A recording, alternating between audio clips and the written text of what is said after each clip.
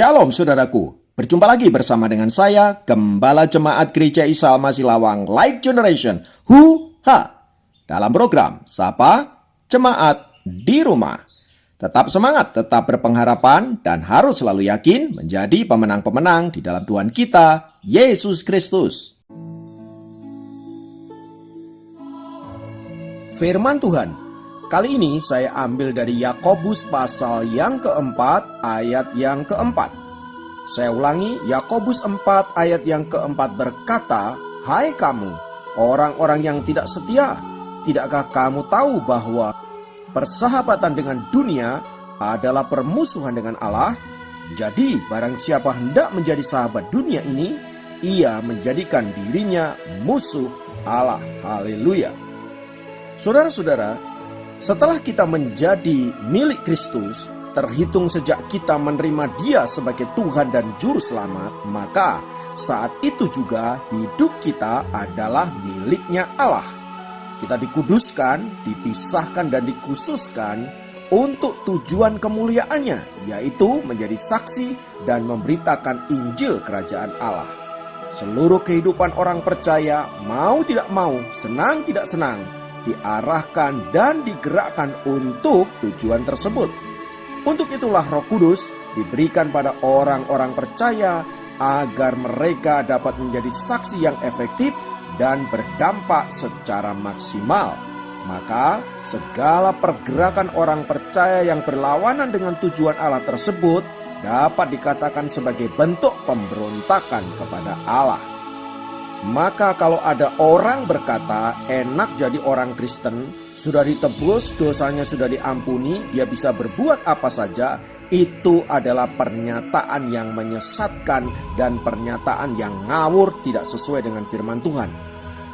Mengikut dan mengiring Yesus perlu totalitas, perlu penyerahan, dan bahkan rela membayar harga. Hidup di dalam kebenaran dan kekudusan itu tidaklah mudah. Kita harus berani menyangkal diri kita sedemikian rupa, dan itu sangat menyakitkan. Di saat kita punya keinginan yang bersifat duniawi, kita harus kekang, kita harus kalahkan. Itu bukanlah perkara yang mudah, saudara-saudara. Itulah sebabnya saudara, di dalam Yakobus 4 ayat yang keempat tadi dikatakan dengan tegas bahwa persahabatan dengan dunia ini menjadikan kita musuhnya Allah.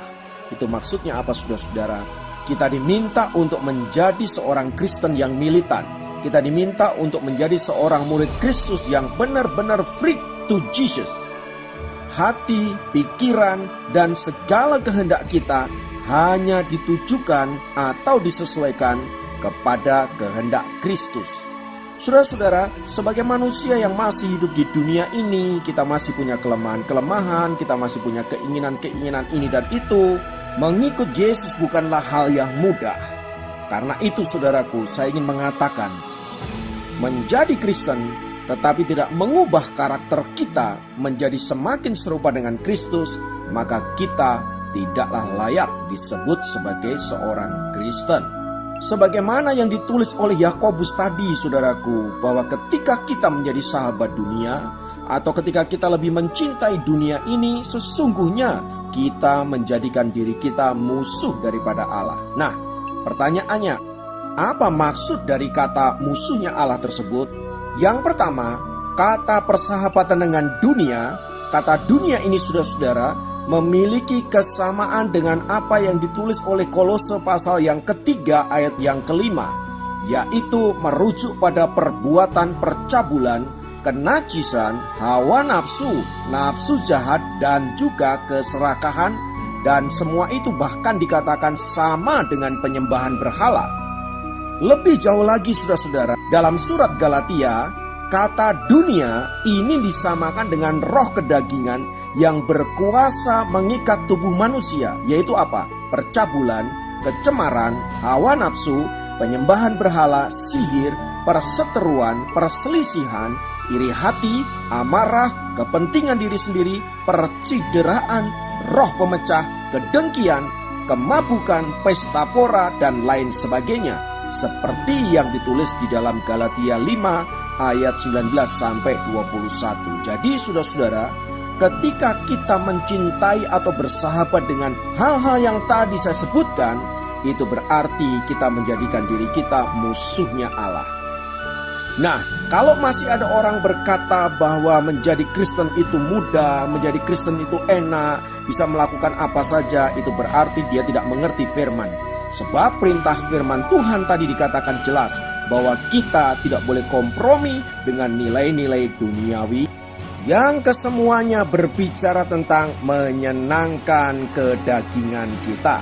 Yang kedua, saudara-saudara, bersahabat dengan dunia itu berarti mengacu kepada sikap anti terhadap hal-hal yang rohania. Sikap seperti ini, saudara-saudara, bukan berarti tidak ada di dalam diri orang Kristen. Sikap seperti ini yang anti terhadap hal-hal rohani justru begitu banyak di dalam kehidupan orang-orang yang menamakan diri sebagai orang Kristen. Mereka begitu antusias saat datang bergereja, namun justru menolak kebenaran firman Tuhan ketika firman Tuhan itu menegur dia. Mereka tidak menyukainya. Mereka memang datang ke rumah Tuhan, mereka memang ingin mendengarkan firman Tuhan, tetapi sebatas yang menyenangkan dirinya saja. Dengan kata lain, segala sesuatu yang bertentangan dengan kehendaknya itu ditolaknya. Orang-orang seperti ini banyak sekali, saudara-saudara. Oleh sebab itu, kita tidak boleh menjadi bagian dari mereka. Sebab sikap seperti ini mirip seperti bunglon dan cenderung kompromi dengan nilai-nilai duniawi. Saat ada di gereja, kita begitu kudus, kita begitu alim. Namun saat kita ada di tengah-tengah pekerjaan, ada di tengah-tengah masyarakat, di mana di sana kita bertemu dengan nilai-nilai duniawi yang menghalalkan hal-hal yang cemar, yang menghalalkan hal-hal yang najis, ya, hal-hal yang tidak berkenan di hadapan Allah, kita larut di dalamnya. Itulah sebabnya, saudara-saudara, surat Yakobus ini menolak segala bentuk kompromi seperti yang sudah saya sebutkan di atas. Semua itu disamakan dengan apa? Persahabatan dengan dunia. Dan mereka yang melakukan itu oleh Yakobus disebut sebagai musuhnya Allah. Menjadi pertanyaan adalah, apa yang harus dilakukan anak-anak Tuhan menyikapi hal tersebut di atas?